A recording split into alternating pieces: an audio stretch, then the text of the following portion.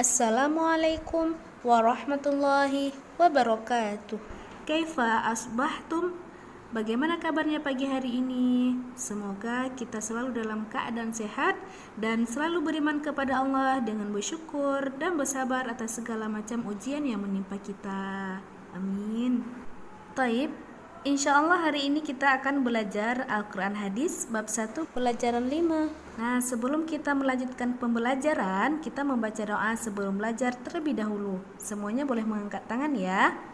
Bismillahirrahmanirrahim. Rabbi zidni ilma warzuqni fahma waj'alni minas sholihin.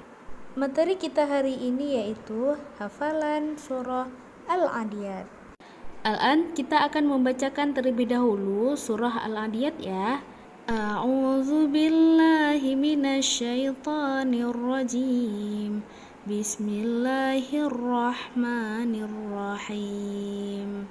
Wal 'adiyati dhabha fal muriyati qadha fal mughirati subha fa atharna bihi naq'a fawasatna bihi jam'a innal insana lirabbihi lakanud wa innahu ala dzalika lasyahid wa innahu lihubbil khairi lasyadid afala ya'lamu idza bu'thira ma fil qubur wa hussila ma fis sudur inna rabbahum bihim yawma idzil lakhabir. Sadaqallahul azim. Nah, anak soleh dan soleha, surah Al-Adiyat merupakan surah yang ke-100 di dalam Al-Quran. Surah ini terdiri dari 11 ayat. Al-Adiyat artinya kuda perang yang berlari kencang, yang diturunkan di kota Mekah. Asbabun nuzul atau penyebab diturunkannya surah Al-Adiyat ialah dahulu Nabi Muhammad pernah mengirimkan pasukan berkuda, namun setelah 1 bulan berlalu belum ada kabar berita tentang kondisi pasukan tersebut. Maka Allah pun menurunkan surah ini untuk memberitahukan kepada Rasulnya tentang pasukan itu. Dan dalam ayat ini Allah menceritakan tentang kuda perang yang berlari sangat kencang sehingga terengah-engah dan mengeluarkan bunga api atau percikan api di kakinya. Nah, karena kuda ini menyerang secara tiba-tiba, kuda-kuda ini menerbangkan debu-debu karena bergerak dengan sangat cepat, kemudian masuk ke tengah-tengah perperangan. Lalu Allah mengatakan, innal insana lirabbihi lakanud. Pada ayat ini Allah menegaskan sesungguhnya manusia itu sangat ingkar kepada Rabb-nya. Nah, apa hubungannya antara kuda-kuda yang berlari kencang dan manusia yang sangat ingkar kepada Rabb-nya?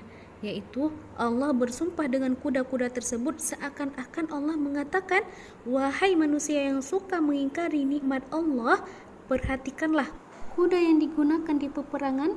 Kuda-kuda tersebut sangat patuh kepada tuannya.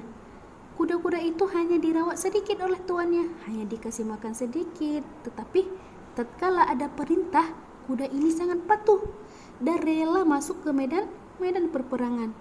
Dan semua yang dilakukan demi siapa anak soleh dan solehah? Demi tuannya. Kuda ini tidak pernah ingkar.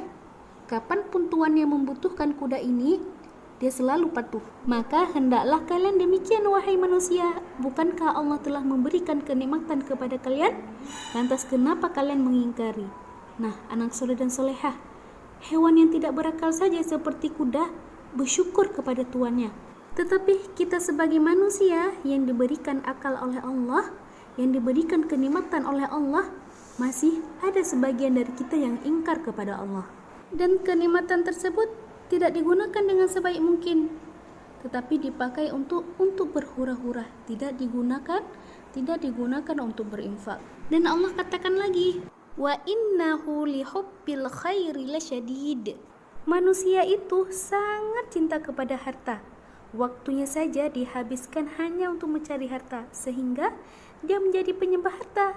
Harta yang mengatur hidupnya, harta yang mengatur sholatnya. Orang yang pencinta harta, dia akan la syadid, benar-benar bakhil. Dia sangat bakhil. Apabila dia berinfak, maka hatinya itu menjadi sempit. Kenapa sempit anak soleh dan solehah? Karena setiap berinfak, dia berpikir hartanya itu akan habis, hartanya itu akan berkurang.